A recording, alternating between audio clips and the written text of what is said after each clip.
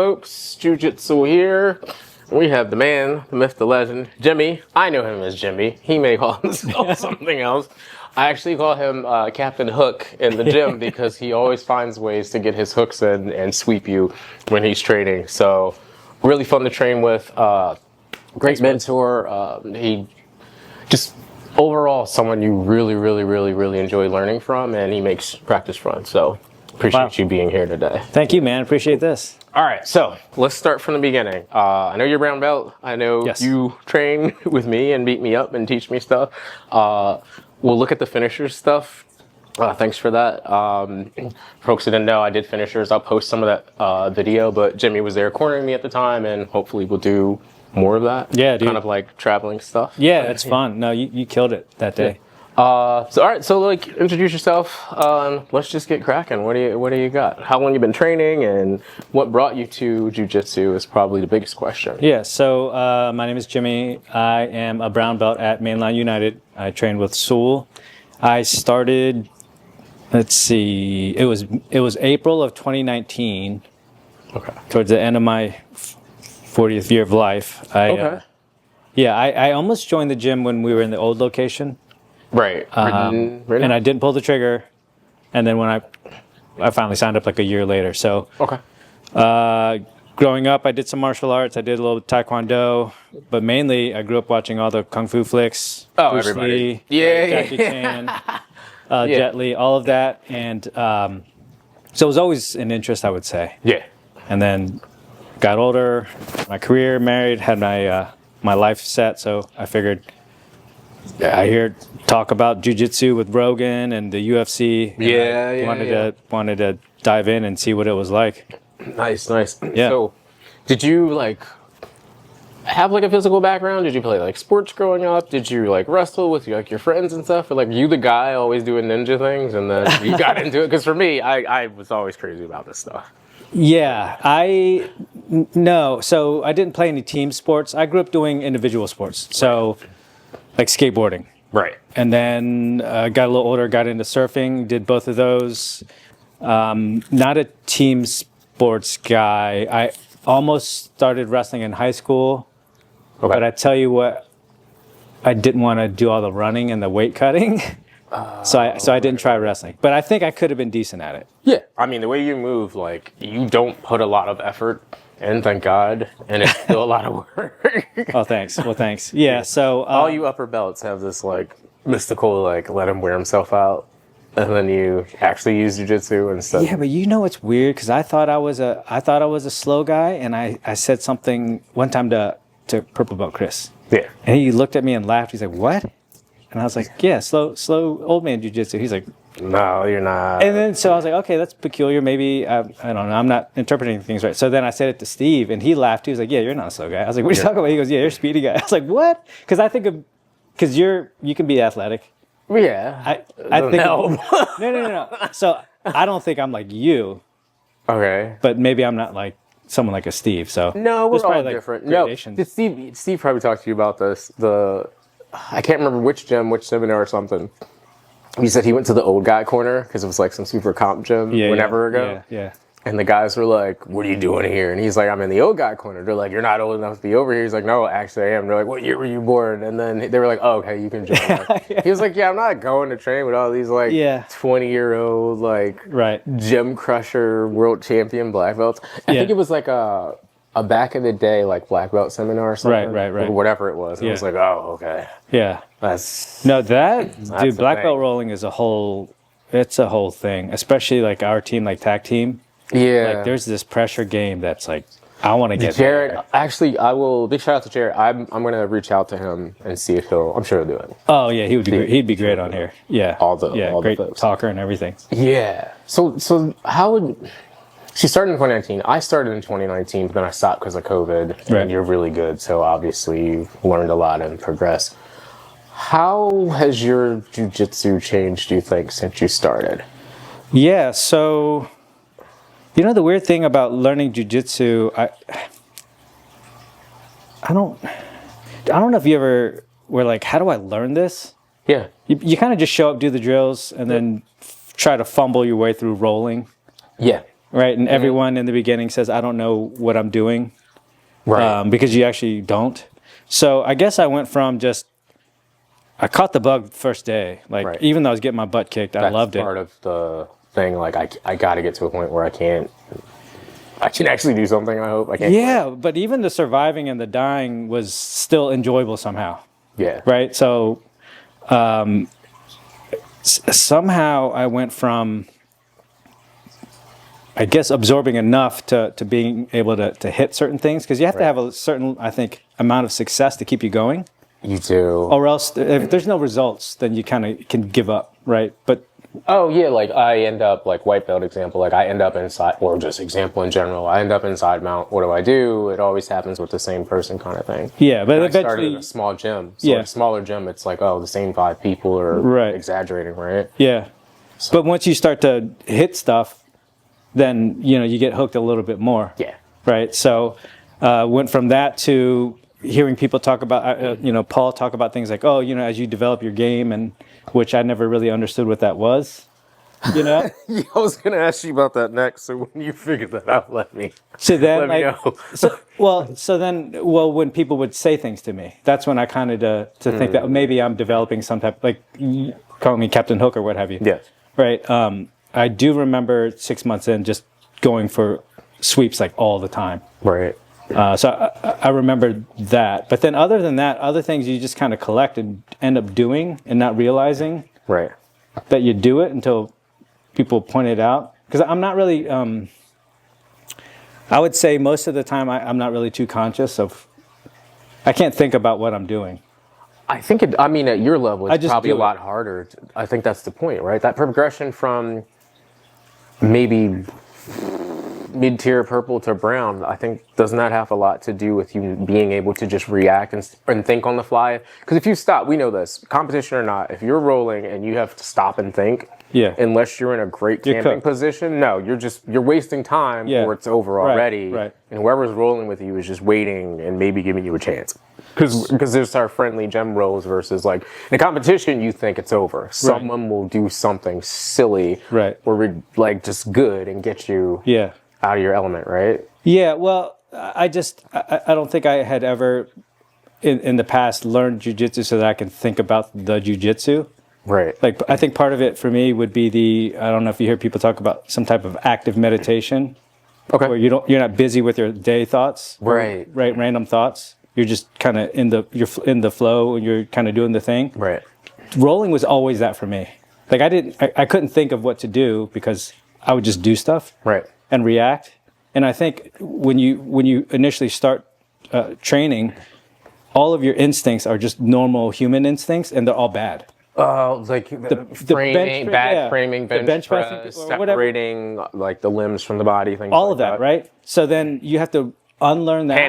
Panicking. Not controlling your breath, things like that, yeah. And you have to unlearn that and then learn the new stuff, which is the jiu-jitsu. Right. So I think that was just kind of happening unconsciously. Yeah. So I never really was a thinker. I thought that was a problem, actually, because I didn't think. Yeah. And I would see smart people and better people that I knew that would think about things. Right. I'm like, why don't I think? I just kind of do it. But then I kind of figured out that that's just the way that that's just maybe the way that I learned jiu-jitsu and do it. So I don't know. I think, how did it change, like, white to now?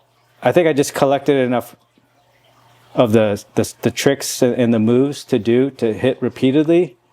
And then the only time I really have to actually think about it is if someone asks me, how do I do my thing? Or if I have to teach something, I'm like, oh, what do I do? Yeah. And I think that helps improve more.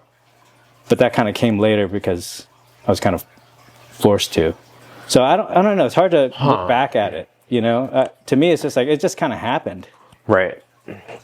I think it's interesting that I like the way you framed it, that progression from, because it's all defense at the beginning, the unnatural reaction. So, like, don't hurt me, don't crush me. I'm in fear of being smothered. Yeah. And, like, you find out there's things you weren't comfortable with that you didn't realize. Yeah. Like, I didn't realize that a lot of jiu-jitsu was just being held on the ground. Like, I've watched so many competitions, but a lot of jiu-jitsu, especially coming from Aikido, like, you're just going to be on the ground. And the cliche is, like, there's just some fat dude just smothering you. Yeah. it might not be some fat dude. Could be Like some there's gonna little be person. It could be some smaller lady who's just like, oh, you're smaller than these guys or whatever, and you just got to deal with it. Right. For some people, like coaching the kids and whatnot, them realizing like, yeah, this girl is gonna beat you up, and there's nothing you can do about it. Right. And depending upon what it's like at home, some people might be like, you let that girl beat you. So like, there's this. For me, there's this like sense of reality, but there's a calmness and understanding that you're just realizing that you have less control than you think. Yeah. And when you walk into that room and coming from Aikido, and I said this before, like coming from big bad black belt in Aikido to Jiu-Jitsu, like I knew there was a steep learning curve and I was just going to have to deal with, I might not ever be good at this stuff. Like ever. Like I'm starting late because I started at what, like 36, 35. That's late. Now, there's people starting later than me. Yeah. But the fact that I'm out there now, you know, with the Epsom salt baths and the icy hot, like able to try and compete, you know, with the young dudes in the old division, like I'm realizing there's so much more I can do. But like back to the point is new people just realizing that they have to just give up so much and accept it. I think that's the challenging part for anybody in any activity, any sport, anything you can work on. Plus the work, like there's so much, like the learning curve is so steep. Yeah. Do you know what I mean? Like it takes a lot of time to get better. Well, then there's the part, I think you mentioned a little bit, like coaches, because Paul had asked me about this. I'd asked him a question. It was like right after blue belt. I was like, hey, what should I be working on? He's like, what do you like? And I was just like, what? Because I'm so used to like, in the previous world being like there's a curriculum that everyone needs to know when you go to these events. Here's what's on the test. Here's what stuff should look like because it's demonstration more or less. So you know what things are supposed to look like. You know what techniques you're supposed to know. And there's only so much room for you to have your own like flair or uniqueness or color to your technique because it's supposed to look a certain way. Yeah. But like in Jiu-Jitsu, it's the same problem where there's a million things and techniques. There's this ocean of 25 million ways to do an armbar, which is the right one. How do I start? Like, where do I go and how do I, as a new person, get into Jiu-Jitsu and start to find confidence, like you said? Yeah. Right? Like, something clicks eventually, but it might just be I have a good armbar and everything else is trash, right? Like, that's probably unique for everybody. Yeah, I think depending on your physicality and then your opponent's physicality, that's going to dictate what you can hit anyways or what you can't. True. And a lot of times, I was talking to Steve about this, a school is going to have students that will roll similarly to the instructors. Half guard and deep half. So I trained today. You know this. We're like the half guard gym. I joke with Steve about it. He knows it's true. Yeah. I never play half. Really? I never play half. Yeah, I do it all the time. Like that butterfly half. I started using half guard, and the reason I stopped doing it, one, I wasn't good at it, and I thought I was good at the knee shield from previous training. But everybody's so used to passing half guard, so that whole knee shield thing, everybody's good at smashing and knee cutting. You mean at our school? Yeah. So like I stopped playing. I was like, I'm just not going to do half guard anymore. Yeah, but then you go to another school. And then you'll see that all your stuff works because they might do something else. Oh, well, that's the thing. Like, I know that from competition. I know that from gym hopping, whatever. Like, there's things that I do that will naturally be like the counter to someone else's jiu-jitsu. I move a certain way. Yeah. We can both play open guard, but my open guard isn't exactly like this person. Plus, I do a lot of weird stuff. You've trained with me before. Yeah. I do a lot of weird stuff. Yeah. My jiu-jitsu is pretty strange. I hadn't rolled with you in a while before the other day, and I did kind of notice that. You do. I didn't notice this. Your open guard is kind of like mine, where it's just like, I don't go for real attachments for a real guard usually, like a De La Hiva or a whatever right away. Like if we're not touching. No, I don't shoot for. I generally don't. They get close enough, and then you go for your thing. Well, I let them engage. Right. Same. Because I'm trying to. You're kind of survive more defensive. And set something up. Right. Yeah. Defensive with that. Which was to my detriment when I started, because like you know the old Aikido joke, like if two Aikido people wanted to fight each other, they just stand there forever and nothing would happen because someone's always waiting for them. Yeah. But very good though. Yeah. You have a very good guard. Thank you. So I mean, it's that like, yeah, I probably should play half guard, but also it's not really my thing. I don't mind spending time there. Like I was playing around with a little bit when I was working with Dan today. Yeah. Because he's got really good half guard. And I was like, all right, let me play with this a little bit. But some of the things I'm looking for, some of the setups I want, and like a lot of these higher level guys at some of these gyms, they literally are designed to be there because they're looking for, like my weight class, I feel like people are looking for that knee cut. They're looking for that knee shield. Right. And they're going to find a way to blow past you. Yeah. So, and then some of the attacks, like half guard might be good for me, especially in no-gi, because it sets up a lot of the leg attacks and things like that. Yeah. But then there's this other part where I'm like, you know, I'd have to spend more time there. Yeah. Maybe, but it's just not my thing right now. I'm learning how to use, like, I think to your point, like both legs and kind of switch between things. Yeah. I think as long as you can kind of transition through the different ones, even if you get there for a second and you're like, hey, I don't want to be here too long. I don't like this. As long as from there you can go to something else, be safe, and get to your thing, then that's fine. You know? Yeah. Because there's like, I want to talk to you about something else. What was your first or your favorite belt? Because you got one more and then you're like Super Saiyan mode, right? Or is that like I don't know. For a while, I would say purple belt. Good answer. Right? Because at purple, you definitely get that ego back. Well, I feel like that you lose at white belt. People take you seriously at purple belt. Even if everyone can beat you, and who cares? Let me be clear. Even if in the training hall when you're fun rolling with your friends, because that's what it is.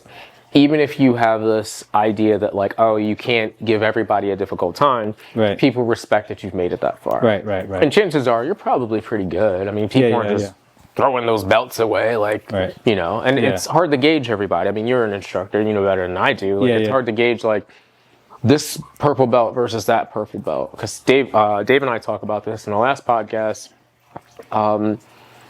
There's the different tiers. There's like the world-class competitor black belts, right? And then there's the hobbyist, which is pretty much everyone, myself included. Yeah. And then there's hobbyists that compete, and there's hobbyists that don't. And then there's folks that maybe gym hop or whatever, right? So I feel like there's there's age that goes to it. But I said all that to say, like, in that realm, I think there's so many nuances that makes this very confusing. But it's also really fun to see people at that level actually express that confidence because you know something by purple belt. I agree. Yeah. By purple belt, you are, if it was like a language, you're fluent in the language. Yeah. Right. You could talk to pretty much anyone. Yeah. Right. So you should be pretty proficient. So that just kind of adds to the fun. Like the more tools in your tool belt, you know, the more fun you can have. You can still experiment. By purple, and especially the end of purple, I was like, oh, I guess this is my game.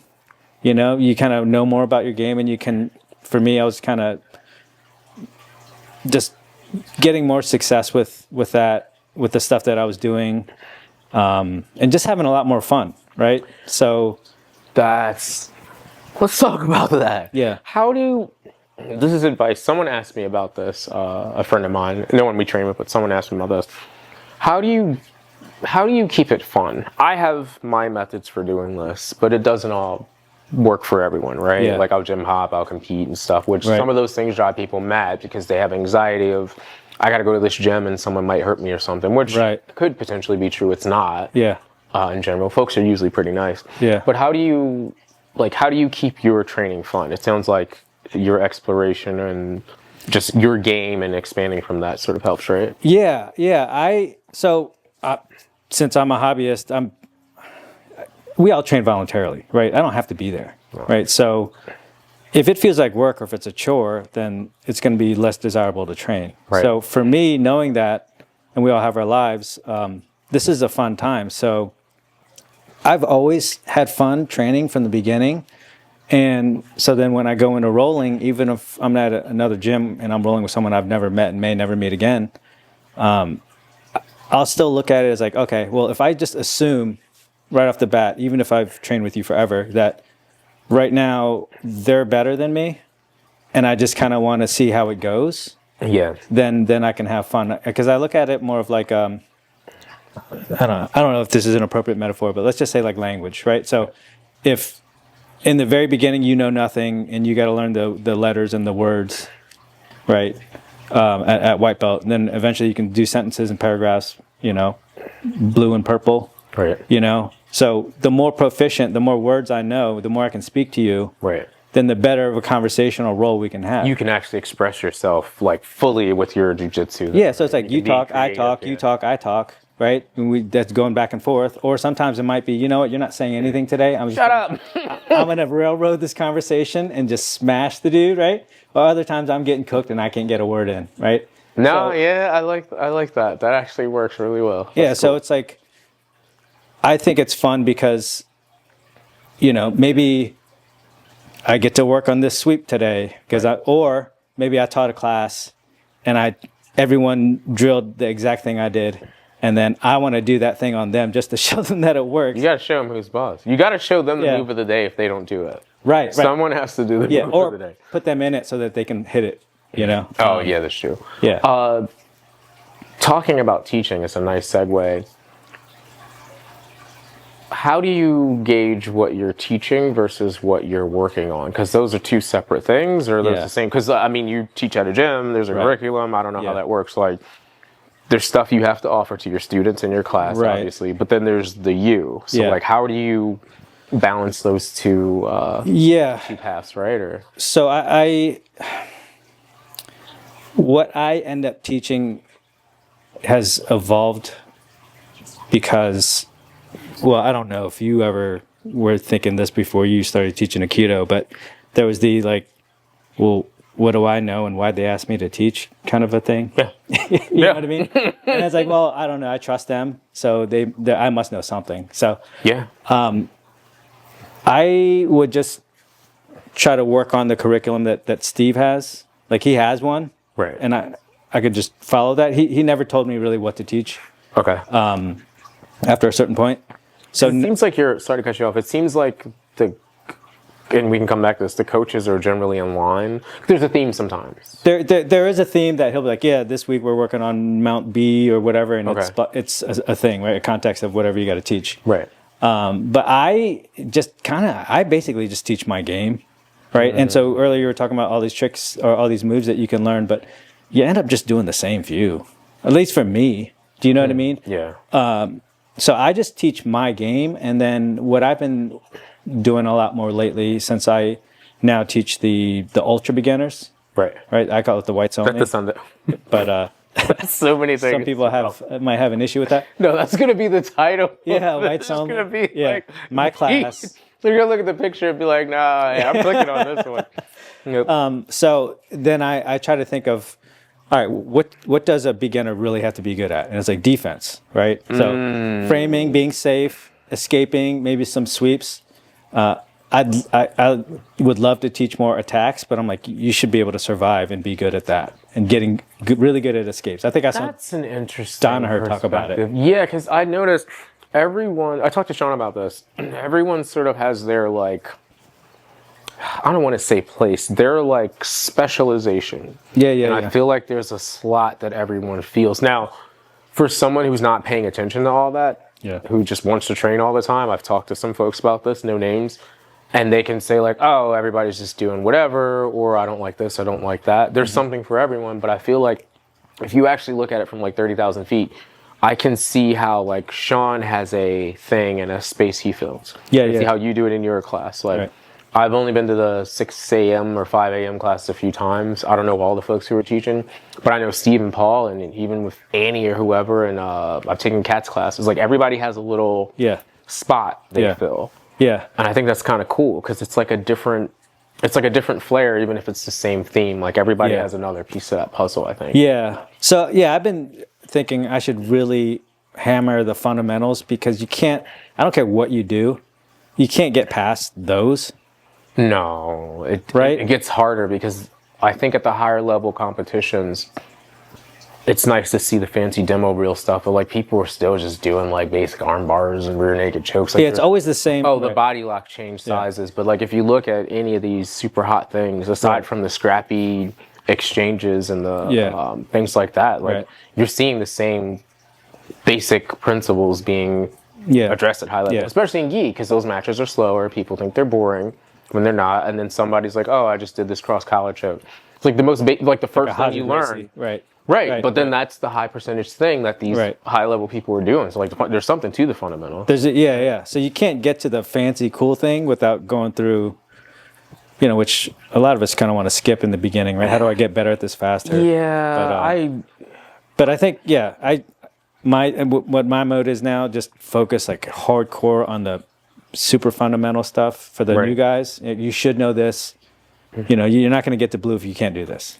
What I mean? Was your goal to start teaching when you No way, started dude. jiu-jitsu? You were like, way. I just want to survive, and this thing is cool. I'm just going to keep doing it. I was having fun. I got obsessed, and I never thought I would be teaching at all. Did they like pull you aside in the office, and they thought you were in trouble? You thought you were like, let me talk. Steve was like, hey, I need to talk to you in the office. Yeah, no, I think it was like someone needed to fill in, and they're like, hey, do you want to do that? And I was like, sure, I'll do that. I guess they got a bunch of good emails about you, right? And they were like, yeah, I don't know. Hopefully, maybe. That's cool, yeah. Yeah, but I never thought I'd be doing it. And then when you're doing it, I don't know if you're ever like this. You ever like zoom out and like you can watch yourself instructor say whatever, but I'm like, are they listening? Like, what am I saying? Well, what I learned about teaching, not just from the Aikido stuff, but the kids and teens in Jiu-Jitsu, and my program I've run that's on hold right now because of baby and stuff. Whatever I tell them is what they're going to do. Yeah. What I think I tell them may be totally different from what I actually say. Yeah. And what I actually say may be totally different from what they actually do. Yeah. So, like, if I say don't do this and make up a name. Yeah. Little Billy's like, well, you said to do this. And I'm just like, oh, well, maybe Billy's right. I did say to do that. So like what? Yeah. So it holds me accountable. Yeah. I enjoy it. But I also like seeing, especially the younger ones, like seeing them grow and build confidence. Dude, that's the best part. Yeah. I've seen I think I've been teaching a couple, 2 or 3 years now where I've seen enough like day one people. Like I remember purple belt. Turn a corner. Yeah. Purple belt Chris, day one. Right? Yeah. And like we saw how fast he progressed. He got really good. Yeah. Some people you never see back, but it's cool to see people pick stuff up. Yeah. Like at that last competition, the in-house you were a part of it, Osagame, right? Yeah. Like 2 of those dudes they're in my class like every Sunday. Oh, the 2 young dudes? The twins. Yeah, I didn't see their match. It. I got there late because I didn't know. Yeah. I was like, I'm not going to get here at 8, and then my match is at 2. Right, like, that's fair. This ain't Naga, dude. Yeah. But it's neat to see from day one knowing nothing to like being able to They're serious, stuff. And they're brothers, right? They're brothers, yeah. That's cool that they have the brother dynamic, because the buddy system is good. Like, what I formerly would call, actually I still call this like having a gym nemesis. Yeah. But you gotta have like somebody you like don't hate, but like they're you hate pushing that you don't like that their jiu-jitsu is the kryptonite to your jiu-jitsu. Yeah. But it makes you better. Like Doug, for instance, same cohort. Yeah. Do you know what I mean? He'll be back, but like we're the same. I mean, Chris is a little later, but he's up there with us, right? But like, even though he's up there with us in skill and everything, I still look at Doug like, wait, Doug was a white belt when I was a white belt. Yeah. He got his blue belt around the time I did. He was injured. That's why we didn't get the same day, probably. Yeah. And he's been like there the whole time. Everybody else is gone. Like that. Yeah, everybody else is gone. Like folks like Nathan were, they were ahead of us. Yeah. So like he's the only one left, only the original white belt I started with that is still there. Everyone's gone. Yeah. That's so I'm just like, I was like, wow, we're the last, and we're not like 19 also. That's the other thing. Doug's also another like, I think Doug's like around my age. So like 30s. He's another guy that's like, he's not young, he's in great shape, he takes care of his body, and he's pretty good. Super humble. Right. So yeah, that's cool. There's something to all that. I think for me, starting in 2019, doing the COVID thing, like, I didn't realize how much I really enjoyed and missed this stuff until it was like gone, because everybody says that. Sure. And I was just like, man, like, I actually really need to get back to this. Like, I want my blue belt and da-da-da-da-da. Yeah. And now so you didn't train at all during the pandemic? At home? No, I didn't. You didn't? We just totally isolated ourselves. Yeah. My father, this was before he passed, he had like a lung condition. Oh, yeah. So we were like, the fear mongering, and then these doctors eventually were like, I mean, he's gonna, if he dies from a thing, it's not gonna be COVID like it could be, but like, just be careful. Like, don't do what you wouldn't do anyway. Like, if you're sick and you know he's got lung problems, like, don't go over there with the flu and hang out with him. Like, do you know what I mean? Don't treat it differently, right? So eventually we got through that. Yeah. And then we're like, my wife and I were like, oh, like how many people do? Because people were just really getting sick, and there were people we knew that actually had serious problems, but they had health problems anyway. Yeah. So it was just like, oh, well, I was like, all right. And then the gym shut down, and I didn't know that all the homies were still training. Yeah. So I didn't know that. And maybe they did let me know, but I was just like, you know what? On the strength of like my dad's thing, like I would feel really bad if at some reason I thought I brought back Ebola to him, and that's the reason it didn't happen that way. Yeah. And then eventually we were like, screw it, we're just gonna do stuff. Yeah. Respectfully, but yeah, I didn't train. So what I did was actually with my Aikido crew, they stuck with me. I did like videos. We did a Zoom workout. So I would teach like, hey, cool. let's do, everybody had like a mat or something. I'm like, let's stretch. Let's one day a week connect with each other over camera and do like a workout. So I would do the same warm-ups. I had mats down in our basement when we were back in South Philly. So I could like roll around and do the flips and stuff. And I would like do this whole thing. But it wasn't the same, get right? everybody, what's that? It wasn't the same, right? No, but it was nice to stay active, and it was nice to see my crew, like my students at the time, stay active. And then I was like kind of filming myself do jiu-jitsu stuff. I got a training dummy that I didn't know what to do with. I look back at those videos now, and I'm like, oh my God, this is crazy. I'm still bad, but I didn't know what to do. Like simple things like proper S mount. Yeah. Like, you know, not opening your knees when you cross your feet. Now I know why people say don't do that. Yeah. I don't know if you remember, Steve was putting lessons on the internet. Do you remember? Like on YouTube or I found out that after, because I started with us. Well, I started at Mainline in 22. So I would have missed all that. But I actually went down the rabbit hole of trying to find like the old stuff. Yeah. And there was a lot of content coming out. Yeah, I forgot how much there was. But yeah, some of us were still training like underground or at someone's house or basement or something. Damn. And then I found out with like Ernest and Sandy were like, yeah, we we just had kept training at the gym. Yeah. Well, no, their gym closed, but that's how they part of that is how they found Kentucky. That's right. Okay. And I was just like, well, each county, because we still lived in the city. So in the city, they were just like, everything's closed, you can't do anything. And if we see you, we might give you a ticket or something. It was like all the restaurants we trained like in the city. At some and there were places like, if you're on the second floor, like, I don't think the COVID marshals were going to come upstairs, right? But there were some places that's, I don't know where this was, but that actually, they did come by and were like, what are you doing here with the crew? Like, yikes. But those might have been storefronts kind of. Right. But I think back to the point, like, I didn't train at all during COVID. I just worked out. Yeah. I stuck with my Aikido crew, and they stuck with me with the kind of like strength and conditioning stuff to like keep ourselves moving. Because the other thing is like everybody was probably just sitting at home on the couch. Eventually people would say like, oh, I'm going to take a walk. I was riding my bike a lot. Right. But like, there's like, I don't want to just be in the house. Plus I'm working too. So I'm like on my keyboard all day doing my like nerd thing. And then, I guess TV, because I can't do anything else, you know? Yeah. But part of me is like, I wonder what would have happened if I kept training. But I'm actually happy I didn't, because I think I take it much more seriously now. Yeah. Or I should say, I take it more seriously, but I appreciate training more now. Even also when the baby came and I was out for like 6 months. Yeah. I'm having so much more fun with training now. Yeah. Than I did before then. Because I'm like, you know what? Just go in and have fun with your crew. Yeah. You know, compete, do whatever. Like, right. Let me ask you this. What advice do you have for anybody new? You touched on some of these things, but like you're talking about fundamentals, like finding your way, but like somebody brand new who watches the podcast is like, what can Jimmy tell me that's advice for my jiu-jitsu so I can continue the charge and enjoy it more? Yeah, let's see.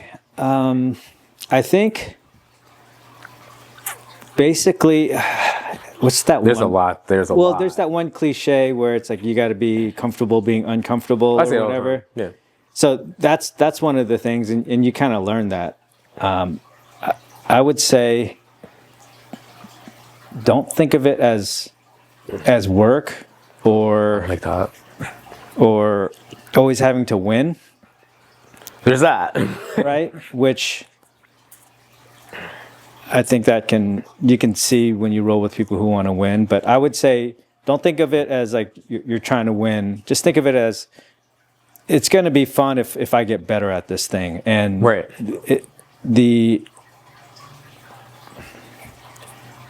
I guess have fun with the process. Yeah. Because it's not an overnight thing. No. Right? Learning isn't linear either. There's always someone bigger, better, stronger, smaller, faster, whatever. There's All of it. All of it. There's someone from the kids class right now who is like about to, or teens class, who's about to get their blue belt when they turn 16, and they're going to just, maybe not this year, next summer, they're going to be the best person in the gym. And it doesn't matter what you do, they're going to make everybody look bad. Like there's So I guess, I didn't have any goals of like, oh, I want to be the best. I'm going to compete and do all this stuff. Yeah. Which I think is really cool. Like people who do it. I think there's something for everybody. Yeah. Yeah. It's just the beautiful part about it. This is my selfish endeavor, right? So I'm going to have fun. I like that. Yeah. Right? This is my time. This is my money. I don't have to be here. Right. Right. So if you're there voluntarily, then have fun doing it. Yeah. You know? Have fun getting beat up. Have fun beating someone else up or whatever it is. Have fun having an off night. Right. Have fun, learning the new things. And there's so much that, I don't know, man. It gets, you can get better though. And, we were talking about being pinned by someone earlier. Yeah.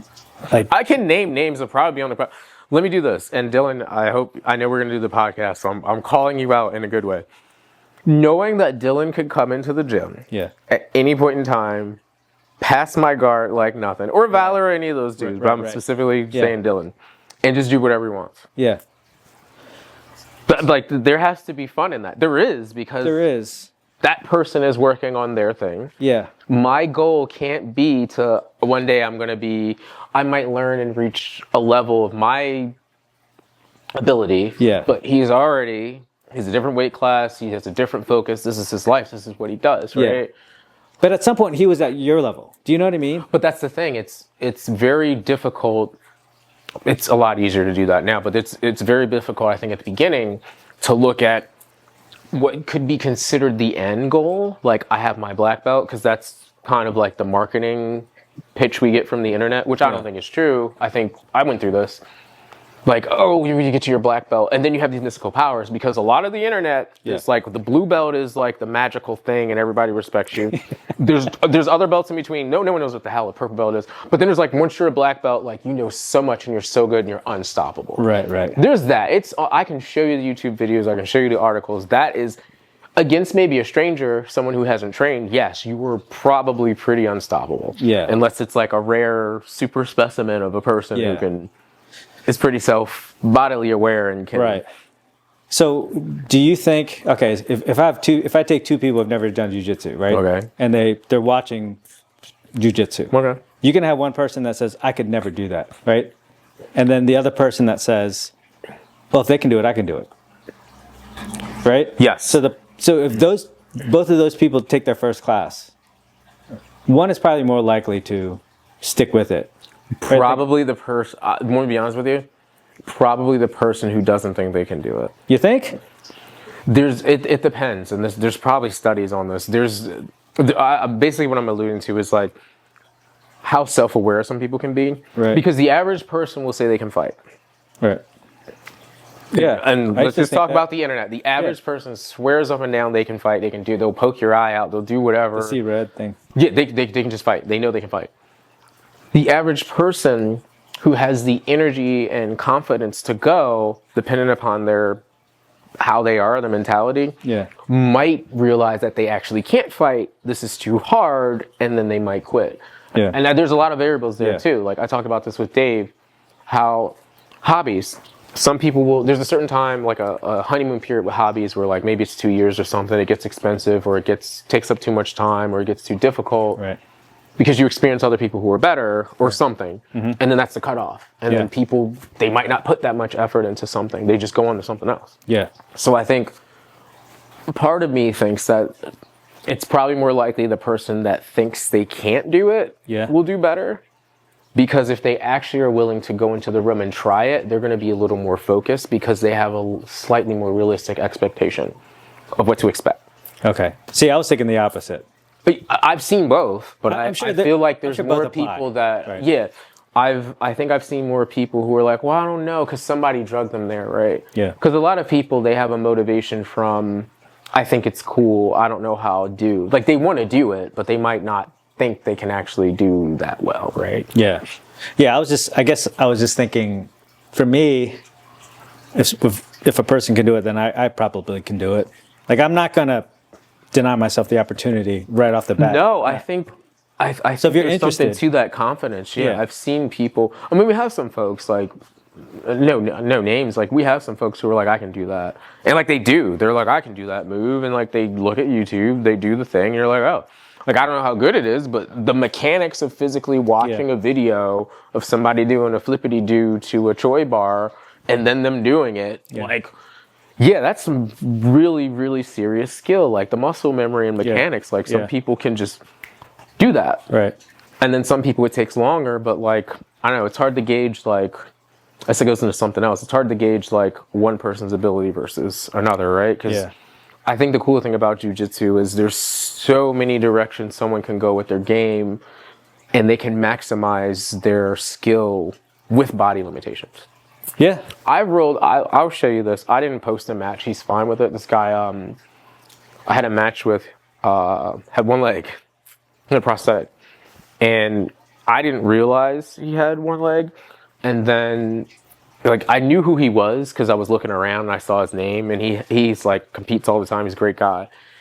And then he got out there and he just like he took the leg off, he hopped out, and I was like, what? Like I was like, okay, if this guy is out here competing at a high level, because he's really good, I was just like blown away. I was like, I need to stop complaining. Right. Like, this guy's got one leg and he's out there like putting all into that match, and we had a ball. It was fun. Yeah. But I said all that to say, like, I think that one, is really hard to like gauge one person's ability versus another, but like I do think that in the jiu-jitsu world, like you can see someone's full potential or see their potential with their limitations. Yeah. Like we, especially where we train, like in the burbs, right? Mm-hmm. It's all like what, middle-aged, dude, career people, who are terrified. White collar, It's perfect, right? Just walking around. That's like the majority of the gym. And there's some femmoms, there's some younger folks. There's like, well, Doug's like my age, but then there's like Chris. Chris is like younger-ish. Do you know what I mean? Right. And then you have Steve, who's early 50s. Yeah, exactly. And then I'm almost 50. Dude, I'm 40, so I'm like, I get it. But no, that's an interesting point, that question you're asking about someone wanting to do it and thinking they can, and then someone not having the confidence.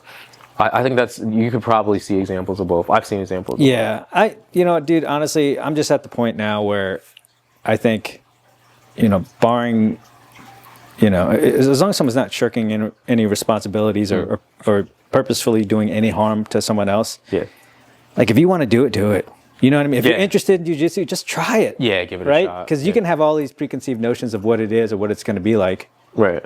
But you kind of don't know until you do it. People know that from, especially folks who've done this and done other arts, right? And I'll specifically talk about the Aikido stuff. Like, there are plenty of people who are like, oh, well, I'll never do it or something. But I'm like, yeah, you've never tried it. Like, you don't know, like, how good it could possibly be. Yeah. But then starting any activity, like, there's a point where you suck and then you get slightly better and then it doesn't matter because you enjoy it. But I do think with the sorry, one more thing. I do think with the jiu-jitsu thing, the terrifying part is like jiu-jitsu for most people is tied directly to UFC, right?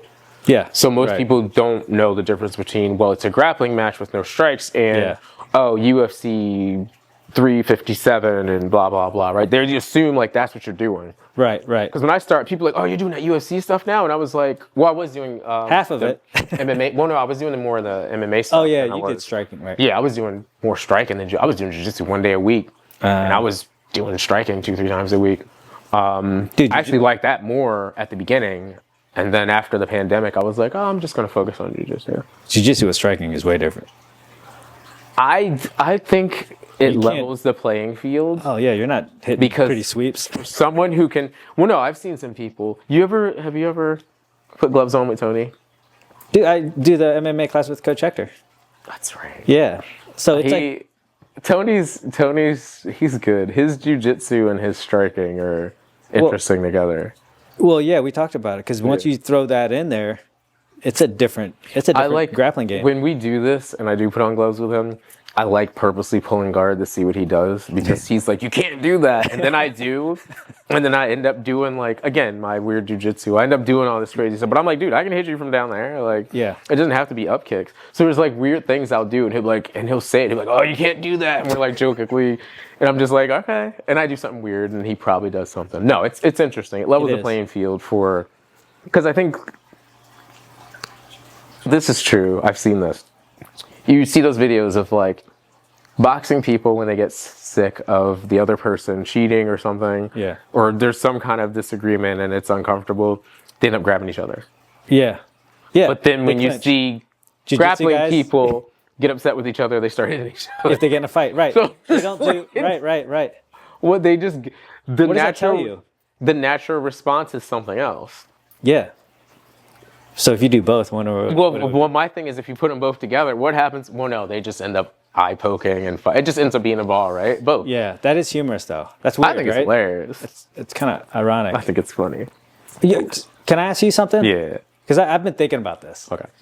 So, in all artistic endeavors, you have the topic of style, right? Whether you draw, write poetry. Interesting. Right? If you do wushu. Okay. Right? If you could watch a silhouette of Bruce Lee doing stuff and you know it's Bruce Lee. Right? He's got a style, right? Yeah. Do you think with jiu-jitsu there are styles, not like game, but that's the way that Brad does his arm bar versus the way I have an answer for you, and this is just my not theory, but looks wise, something I've been researching. I think yes, but I believe there's two things, or there's a few things, I shouldn't say two. If we're just talking about regular people and not competition people, because if the high-level competitors that are black belts, like your Gordon Rylands, your Mikeys, and whoever, they're paid more for how exciting they are. So they have to have a style that makes people want to see it. For the common folk, we naturally have a style or a way because, back to the point of our body limitations, I can only move a certain way, but if I maximize or make that fun, or I can add energy here or there, I'll have my own flares naturally because my body only can do so much. The style of the gym has something to do with it, meaning, talking about half guard. If everyone's doing half guard, I have to learn how to pass half guard, right? So my style or basic mode of jiu-jitsu is going to be related to that, right? So I think there's a funneling based upon what's around you. Yeah. But then I think the body limitations too. But I also do think there's, maybe I should say not style, but a little color to it. Just because people naturally can choose certain things or they get comfortable with certain things, right? So do you think, okay, so to further clarify, do you think aesthetically there are styles? Your armbar versus Tony's, how it looks. You know what a sloppy one looks like that looks like garbage. Yeah, well... It's just bad mechanics. But is there ooh, that looks good? There is, I think, because I think it's... I don't know if I want to call it a style. I'm sure there is. There's gotta be, right? Yeah, I think there is. Because if you actually talk about Tony's armbar, Tony, your armbar. He's killer armbar. He does the scoop into the arm and blah, blah, blah. He does that. Other people do it. But the way he does it is the way he does it, right? There's probably someone else on earth who is bald and doesn't have a ponytail and the bro cut. Right. But he does it that way and we all know that. Yeah.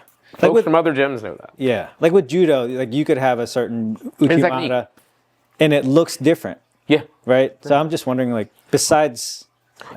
there's an effective, and I think this goes aside from the ability and stuff, the cool thing about jiu-jitsu is, the goal is to make it functional. It has to work. Yeah. You're not... Right. And not to rag on some other arts, in Aikido, it's how it looks, the presentation is part of it, but it's not always, it has to be functional in a way, right? Right. But in the jiu-jitsu and combat sports realm, let's do that to level the conversation.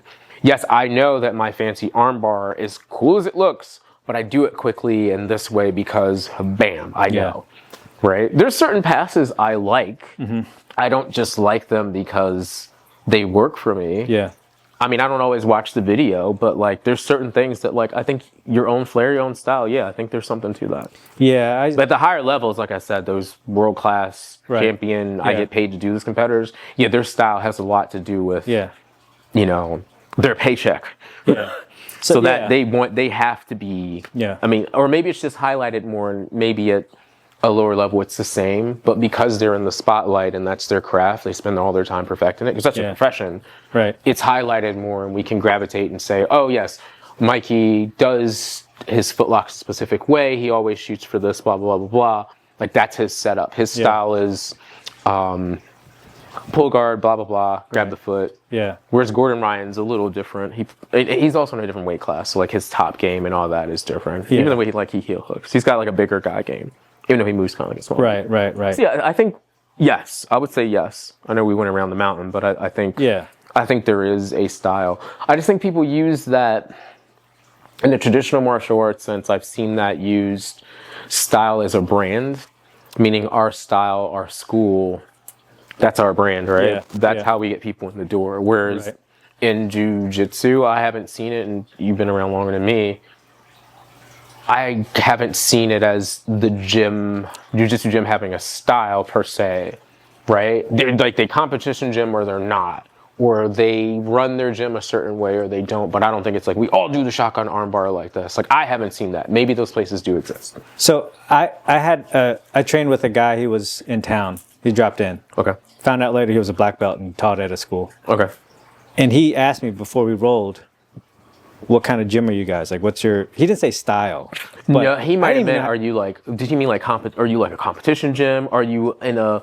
Affiliation has something to do with this too. And folks, just to be clear, by affiliation, everybody's affiliated with someone or they're not. It's not to raise one name or lower one name, but just talking about how someone could have a direct tie and know their lineage to like a Gracie, our ties to Jared, etc. Like we're talking about that as a whole, like... Are you a unique solo thing because of whatever, or is your gym still actively connected to some group or something, right? For whatever reason it may be. Yeah. So I think that, like, are you a leg? Do you guys do a lot of leg entanglements? But I was kind of thrown off. I was like, I don't know. I didn't know how to answer that. I mean, he could just like. I was like, we're just a hobbyist gym. We don't compete. What was his story though? I think he was in town for work. Oh, that's a pretty interesting question. I wonder. Dude, you know what he did, which I thought was amazing? What? Sorry to interrupt. No, it's good. I was cyberspeed. So after the first roll, he said, who's your favorite roll here? Who should I roll with next? Oh, that's boss level. So he was referred to me by, I think it was Sam. But I was like, that's a smart way to, like, if I liked the roll with you, I could be like, hey, who here would you recommend to? Oh, I do that to people. Yeah, but I never. I thought that was. I do that on Sunday. Yeah. If I like find, I mean, there's always someone fun. Sometimes there's a specific type of like training partner that comes in on Sunday. Yeah. And I'm like, you should roll with like roll with Jimmy or roll with roll with Chris or roll with Doug or whoever. Yeah. I specifically do that because I know from moving with that person, like sometimes I just want to see it. It's for my own personal gain. Yeah. And it's not because someone's gonna lose and it'll be like a dumpster fire. Just the way that person moves, I'm like, oh, that'll be a fun roll. Like, we can come back to win, lose in the gym because we just talked about that, Dave and I.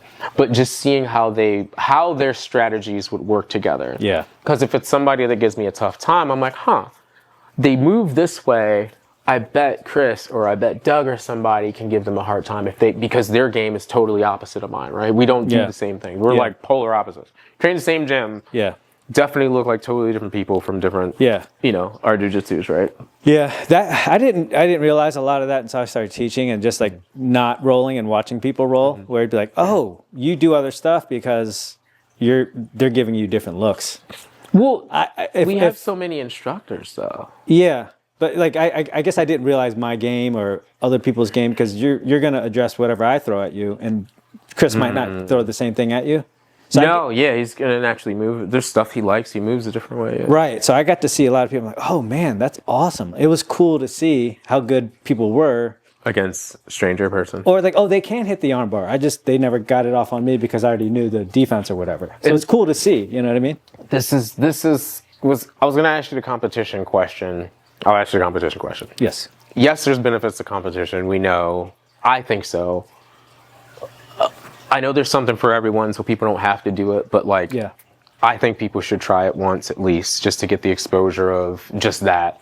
Someone you don't know. Right. Someone who has the goal of shutting everything down that you have. Like, they want to win the keychain or the medal. Right. Do you think there's benefits to that? At least once. It doesn't have to be your life. You don't have to make, that your profession if you don't want to. But do you think that's a good experience for people to have? For sure. Especially if you've never been in a fight, that's the closest thing to being in a real fight. Yeah. Right. And it's supposed to be under, there's circumstances, controls, right, there's rules. You're not going to get. Well, you could zig and zag, and someone knees you in the eyeball or something. But it's an experience you're not going to have in a normal setting. Even your first day rolling, and you're terrified. People are going to try to kill you. It's not the same. It's not the same. I think it's a very good the adrenaline dump, like just experiencing all of that. You know, being sore the whole next day. Being there the whole day waiting for your matches, because the anxiety, right? All of that, I think, is a wonderful experience. Yeah. Even if you never do it again, it again. I think, yeah. I agree. I think it's cool. Like, I'm obviously into it. I mean, I talk about it like it's my career. It's not. Like, I do it a few times a year. I mean, now I have a very young child, so it's. Yeah. I'm actually surprised I can train. No, anyone who competes, like, I've only done it 3 times, all at white belt, and it's not for me. That's when you do it. Yeah. I did it at white belt the first few months in. Yeah. No, it's just like, whatever. Yeah. Like, I don't know this guy probably knows everything. Yeah. Yeah. It's eye-opening for sure. It's just, why not have that experience? Why not have that knowledge, I have another different but follow-up question. Winning. Now, I was just talking to Dave about this, and that podcast is coming soon. But we were talking about, what did he say? He says there's no wins in the gym. And there's a mentality thing, to give a backstory and speed run. Basically, for some people, and I think for a lot of us, or if not all of us, if you compete, win, loss, you're preparing in a different way. Right. If you're like a world-class super competitor, it's your profession, you're already in a different mindset. Mm-hmm. Steve talks about this. You've talked about this. Like, tap when you can, whatever. Don't take it too seriously. I do see this for some people and a lot of people where they don't compete, so the rules in the gym mean much more to them.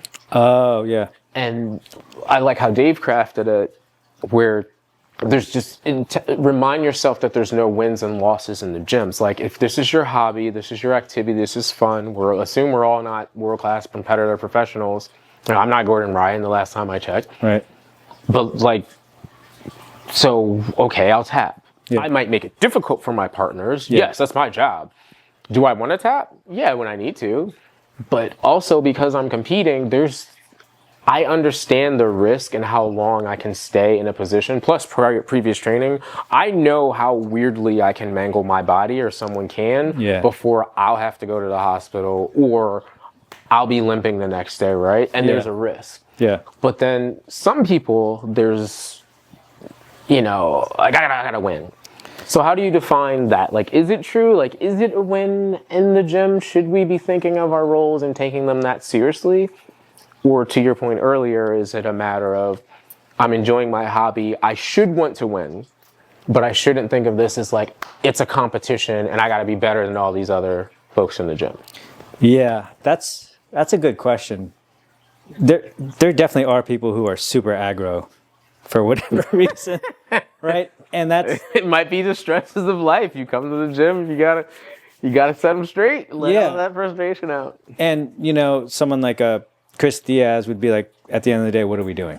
Right? This is a physical thing, right? This is like, we're learning how to murder people or severely maim them, right? So there's always that threat, which it's a serious thing, right? And he's from the old school. I get it. But it could even be, sorry to cut you off, The risk could literally be I rolled my ankle and is sweeping someone. Yeah. I went to do a rolling triangle to mount and I messed up my own ankle. Yeah. Like the risk of injury doesn't have to be the other person necessarily harmed. No, you're right. You're right. You're right. Yeah, yeah. No one wants to get harmed. No one. But no, to your point, yes, the risk is that person could destroy me. Right. So, you know, how seriously should you take your wins? Man, I think I always just try to have fun. Like, I don't even look for taps most of the time. Like with a lot of people, unless it depends on who it is, right?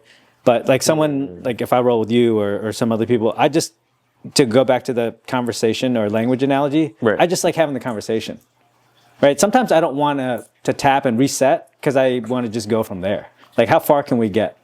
I to piggyback off of that, these days, some people are okay with it. I ask them sometimes after a tap, if it's a cool position, like say it's saddle, I'll be like, hey, can you come back? Can we work from that space that now you've escaped and I have one leg or something, or anywhere? Yeah. Because I'm trying to improve the mistake. Oh, I got the tap. But you're my friend. We aren't working on the same thing. Right. In my mind, I'm trying to keep track of points. Like I might compete again mode, where someone else might just be like, let me try this thing, or let me do, they could be doing something totally different. Yeah. So for me, if our rules of engagement aren't the same and we're just in here doing a thing, like I should just enjoy it. Yeah. Like it shouldn't matter. Like, yes, I should be preparing, keeping track of score and stuff because I have a mode and a prep. Yeah. But I can't do every roll like and this isn't to say that people aren't good enough. Everyone isn't coming to the gym to be my competition ragdoll, right? Yeah. And chances are if they turn it up and on and get pissed off, I might find that their jiu-jitsu is way better than it ever could have been because I pissed them off, right? Because there's that part of the escalation that you said of like the intensity can go up when people get pissed off and they're like, all right, let me shut this dude up. Like, okay, so all right, so maybe to reframe it, I think you should take it seriously enough, want to win enough, so that you know the limitations and how to be safe for you and for the other person. Right. Right? Because once you get good enough, you can just toy with someone else. Yeah. Right? And you can just not I'll let crazy. You know. I'll let you know. Right. But if you have to turn it up, you can. Right. Right. So I think there's probably a little bit of both, right? You can be aggro sometimes, or you can just be super chill. Yeah. Because the internet doesn't. I'd rather be able to be both. Sometimes. You know the whole like, oh, we don't flow roll thing. There are people who say that? Yeah. It's like yeah, I can like. Yeah, like, I mean, I get it. I'm not saying that it's wrong. Right. I think for people who are, and this isn't me because I'm not there, like these world-class super competitors, not discrediting anyone. It's a different mode. Well, they can't just hang out. They have to think about what's the next thing. Like they're working on something all the time that's specific. Yeah. So their time has to be very utilized in a specific way, a very special way. Sure. Right. And it's not that flow rolling is lollygagging. Some people actually get better. Like I've watched so many. You're at this level, I think, where like when you roll, you just look like you're chilling out. I've seen you let go and catch and release, and I'm just like, yo, how's this guy just chilling? And whoever's throwing, probably me, throwing whatever I can at you, and you're just like, yeah, man, whatever. I'm just one with the waves, bro. Like, you don't talk like that, but sometimes you give the like flow bro mentality, which is fun, and I'm just like, yo, I need to slow down. Yeah, that allows me to kind of conserve energy. Which at Purple Belt, I've learned and saw that like that's the level where it's just like, all right, give it up. But I'm slowing down, not just because I'm old. Like I'm trying not to miss as much. Yeah. It's just, I don't know, kind of fun for me. If I can be lazy and still be defensive and survive, that's okay. Because the worst case scenario, what if you're in a real life situation? You're gassed. You know what I mean? Like it went sideways. And like, now what? Are you good? Or can you saw? Like, do you have to? Are you safe? Yeah. So hopefully, I've been cooked enough in the gym to be like, oh, at least if I can handle this person's pressure, Jared's neon belly or something like that. Oh God, I've heard this, Jared. Not that I want your neon belly, but it's terrible. If we can see a video not including me receiving it, it hurts. That'll be great. It hurts a lot. But you know what I'm saying? Like, yeah. So I don't know. I mean, I think it's good to see that too, to have the aggro people, because you gotta be able to deal with everyone. Yeah, I think it's nice that we have, like, our gym I think is great. I think the people who visit are great. Shout out to everybody who comes and helps us and beats us up and lets us know that there's other gyms out there that are really good. But no, it's nice, the vibe we have at our gym. It's nice that so many high level people come through. Oh, yeah. It's nice that we have people like you who are like shucks. talented teaching and things like that. And like, Likewise. there's something for everyone. Before we wrap up, like, I like how we, first of all, I like your approach. Thanks for being on. I like all of it. I like the advice you have for new people. I like your take on belts. You're the second person that said purple belt. Because most people say black belt, or I haven't gotten it sometimes yet. it's blue. Well, yeah, I mean, whatever. It's probably going to be tomorrow. Brown is really fun right now. I bet. I have this thing, and we can wrap up after this because I know we're coming up on time. In competition world, there's this, I know this is true because I'm in that, you've seen me, because some of those dudes were brown belts at finishers. Yeah. You held your own, man. When you get to black belt in competition world, depending upon how serious you are, Right. everybody else, especially my age at 40, chances are them dudes been training for a long time. Yeah. So if 12-year-old got his black belt and now he's in my division and then I eventually get the black belt, what? Like that, because remember, we're trying to make it fair. We're doing it by age, we're doing it by physical ability. And then there might be some older dudes that I might be able to give a run for the money. Yeah. I hope a lot of it's the latter. But anyway, like, I'm trying to think about my jiu-jitsu in a fun way and enjoy it so that if and when I do get there, I'm not like, oh, these guys are all... Because I don't think I'll be pushed to the point where I'm not ready. But there is a steep learning curve of, well, you're a black belt, but you're in the higher age bracket, so these dudes have been at it for a while. Do you know what I mean? So that's a whole new realm. Yeah, I would imagine that someone like Steve, who's been a black belt forever, I'm sure he rolls differently now than when he first got his black belt. He literally was talking about that on Tuesday. Yeah, so I mean, I know I roll differently now than when I first got my brown belt. Yeah. And part of it will be age if we have to be smart to continue to do you got to this take care of thing your body. It's not just right. So yeah, I think that happens naturally, and I don't know, the weird thing about always having been, physical, doing something, even if you take a break and go back to it, your brain knows that you did this before. Right. The body has to condition again to get... And there's a mental part, I think, if you're out of something physical for a while. Like, you feel like, oh, man, I'm not as good as I was before or something. Or it's just like, oh, I could do this, and then you hurt yourself because you remembered what your 25-year-old body could do. Or your stamina, like, there's just not having that conditioning from being as active. Yeah, I think that too. So I think there's something about having to be self-aware enough to know that I should tap, like you were saying earlier. Or maybe I don't need this extra day of training, or I'm not feeling right. Yeah. Pop. It's interesting you say that, and it's nice I'm talking to you at brown belt because you're probably going to get promoted. And when you get promoted, we'll do this again.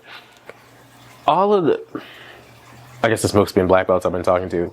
Everyone comes to the same epiphany where they're like, I got my black belt, or I hit brown belt, or some tier. Actually, no, because I think Valor said when he got to brown belt, he was like, wait a minute.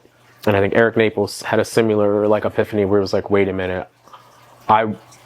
I need to view my jiu-jitsu in a different way because I want to expand. There is more. I can be more. I can do a lot more with my training. So I have to be more. I have to understand that I'm not as good as I think I am. I'm probably reducing a lot of what they said, but there's a part of their training where I think it was at brown belt where they're like, hey, if I actually want to take this to the next level, because those guys are super competitors too, so it's probably a little different. They're like, if I want to take this to the next level, I have to look at my jiu-jitsu differently, because the competition, looking at who I'll be compared to or going up against, it's different. What don't I know? Because again, if you're like me, and I don't think they were, if you're like me, where oh, I read the article in jiu-jitsu, and by the time you're black belt, you'll be a Swiss Army knife weapon, and you can blah, blah, blah, blah. Yeah. But in reality, no, you could just get your black belt, which means you know a lot. You have a lot of knowledge, but what you do in your realm with your body, your training, and your focus is totally different from anybody else. Yeah. And I think a lot of people don't express that. There's just this blanketed like, oh, when you're a black belt, you're just invincible. That's interesting. So, yeah, so that they use that to Because that's marketing. So that motivated them to learn different stuff then, I guess, right? Because when I remember thinking when I got my brown belt, I was like, oh, I guess this is it. I guess this is my game now. This is like all I know how to do. Well, no, well, the article, I'll send this to you. I think it was BJJ something, where I go back to this all the time. It's really cool. And it talks about like just subjectively what could be a tier curriculum. And it just repeats over and over that every gym's different, every system's different, blah, blah, blah, blah. Right, you might have to test, you might not. But what coaches generally will agree on are these things. Like, and to your point at brown belt, it was saying like you having an actual game, and that brown belts are just black belts that just aren't, haven't been training as long or something like that. They go into more detail and there's some jokes in there, but like, it's like, you're at a point where you're like, oh, this is what's working. Yeah. So I'm going to really polish this stuff. Yeah. So that's the place where in that article, that's where it talks about like that's the place where you really start. Yeah. So I do agree with that. I wanted to say that isn't the limit though. That I did end up learning, or I am working on things I didn't do at any other belt that I am getting better at. So I wasn't stuck. Right. Luckily. Oh, yeah, right. So I wasn't like, that. This is it. This is all you can do. Like, but this is what's working for me. I just thought I wasn't going to play around with anything. Because, like, especially, like, ego, like, I don't want to look like I don't know what I'm doing, trying some new stuff. Yeah. Right? I watched those videos where they're like, you got to try new stuff. Oh, also in the article it said that, too. That's the point where you might start losing and realizing, like, because you're trying more stuff. Because you're like, I'm not just going to do the same whatever sweep anymore. Like, you're branching out your game, so you have to accept that. It's according to the article, and let me know if you agree. Like, that you're going to explore more, so you're at a point where you're like, oh, well, I'm going to be tapping more. I might be losing more in competitions or something because, like, my game is evolving and changing, so I'm in a place where I'm in unknown territory because I'm trying to really, really, really build some skills. Yeah, and that can be tough.